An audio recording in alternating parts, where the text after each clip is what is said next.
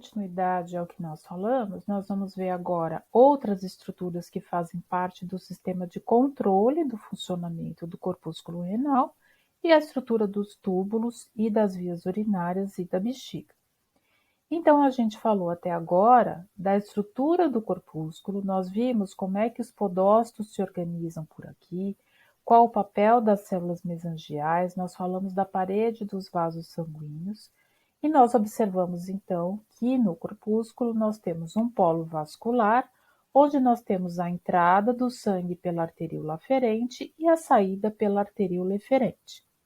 Observem que nessa estrutura, nessa organização, as células mesangiais também se colocam entre as duas arteríolas, fora do corpúsculo, fora da estrutura do glomérulo, e nós chamamos essas células aqui de células mesangiais extraglomerulares. Vejam que elas conectam também com a parede do túbulo contorcido distal, que a gente já nota aqui que tem umas células diferentes quando esse túbulo se aproxima da estrutura do corpúsculo. E nós temos também aqui outras células que dão apoio, que se aproximam à parede da arteríola aferente, que são chamadas de células justaglomerulares. Então, vejam, nesse esquema, uma organização geral da estrutura do corpúsculo. Bom, quando nós observamos isso em corte, aqui foi feita uma reação histoquímica para a gente observar a quantidade de glicoproteínas presentes. Então, vejam, tudo que está corado mais escuro representa a quantidade de glicoproteínas, então delimita o tecido conjuntivo que nós temos aqui, faz então todo o contorno dessas estruturas. Vejam que aqui nós temos o túbulo contorcido distal com aquelas células modificadas que nós vamos ver agora. Bom, voltando a essa imagem, então nós vamos ver aquelas células, o túbulo contorcido distal, as células mesangiais extraglomerulares que organizam então essa porção entre os vasos sanguíneos. Vejam que nem sempre nós conseguimos identificar os dois vasos aqui no corte. E nós temos aqui então todo o arranjo que nós já comentamos. Aqui um detalhe na microscopia eletrônica de transmissão, novamente mostrando essas células que fazem a organização. Bom, aquela estrutura que nós temos entre os vasos sanguíneos de entrada e saída compõe o que a gente chama de aparelho justaglomerular, ou seja, eles estão muito próximos ao glomérulo e eles vão regular a pressão sistêmica e a pressão desse sistema como um todo. Então, o que nós temos aí? A mácula densa, que é o nome que nós damos àquelas células modificadas na parede do túbulo contorcido distal, aquelas células justaglomerulares, que são células musculares da arteríola aferente, então a gente precisa lembrar da estrutura da parede da arteríola, e as células mesangiais extraglomerulares, como nós falamos. Bom, olhando de novo para o esquema, agora um outro formato, a gente observa aqui as células justaglomerulares, que são as células musculares modificadas na parede da arteríola aferente, que vai se capilarizar aqui dentro, as mesangiais dentro, fazendo então a organização desses vasos, e fora, fazendo a organização das duas arteríolas e do contato desses dois vasos com o túbulo contorcido distal. Então, o corte desse mesmo esquema, para a gente poder observar um pouquinho, essas estruturas que nós já mencionamos, e aqui as células que fazem essa organização.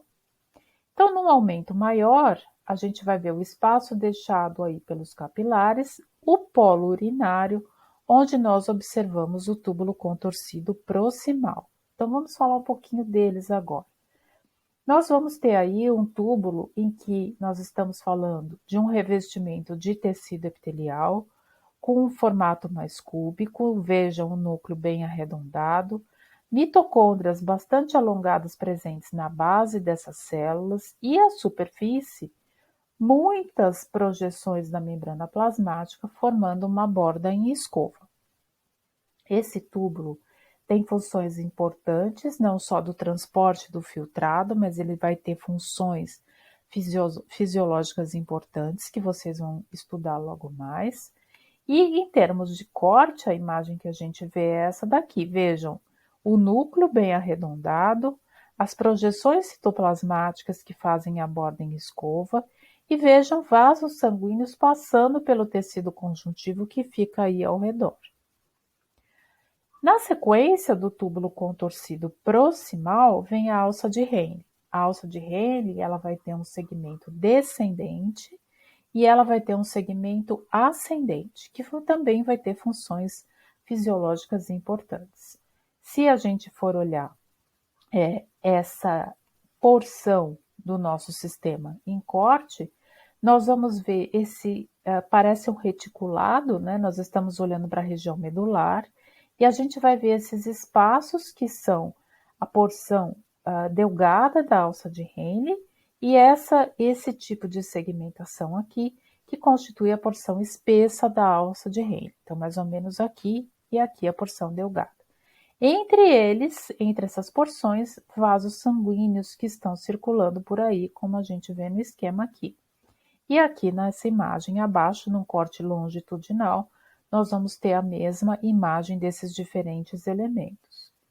Bom, num corte num aumento maior, a gente vai observar o ramo delgado da alça de Henle, o ramo espesso da alça de Henle, e aqui nós já estamos vendo os tubos coletores.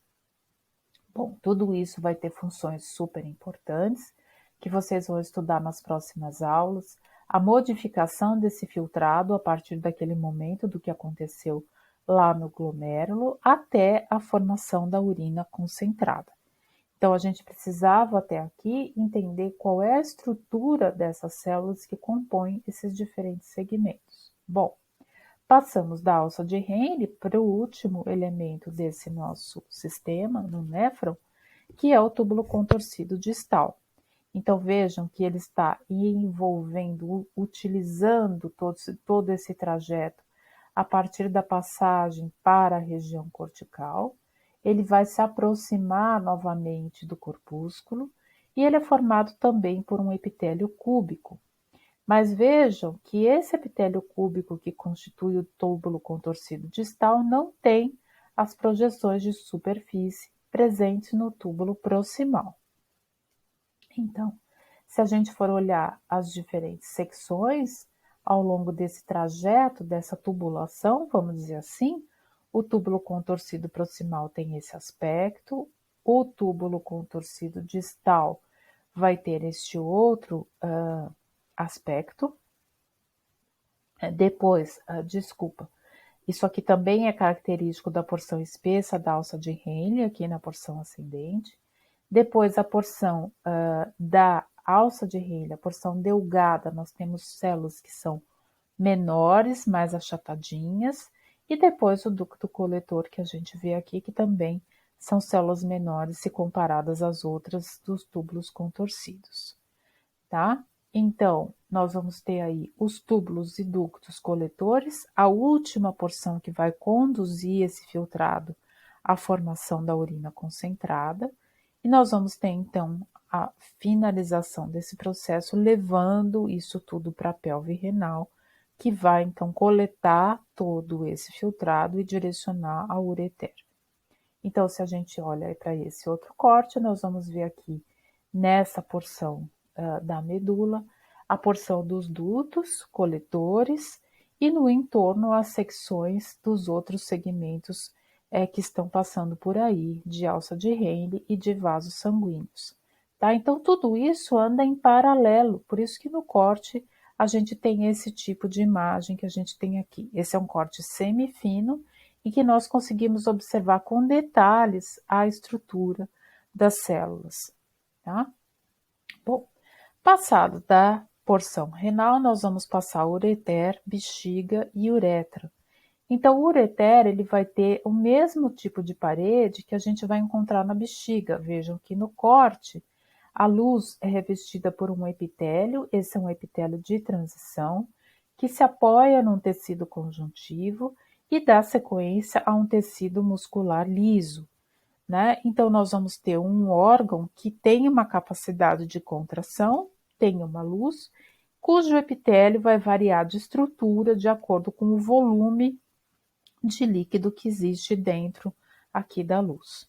Então, nos diferentes cortes, quando a gente olha o epitélio num aumento maior, ele é característico de um epitélio de transição, apoiado aqui no tecido conjuntivo. Bom, chegamos à bexiga. A bexiga vazia tem esse aspecto. Aqui está o epitélio de transição, o tecido conjuntivo, e aí nós vamos ter a musculatura. Vejam que existem vasos sanguíneos grandes aqui na parede, isso é a bexiga vazia, né? Na bexiga cheia, vejam que o epitélio, como o órgão se distende, essas células têm essa capacidade, então, de suportar essa distensão e mudar a forma do tecido.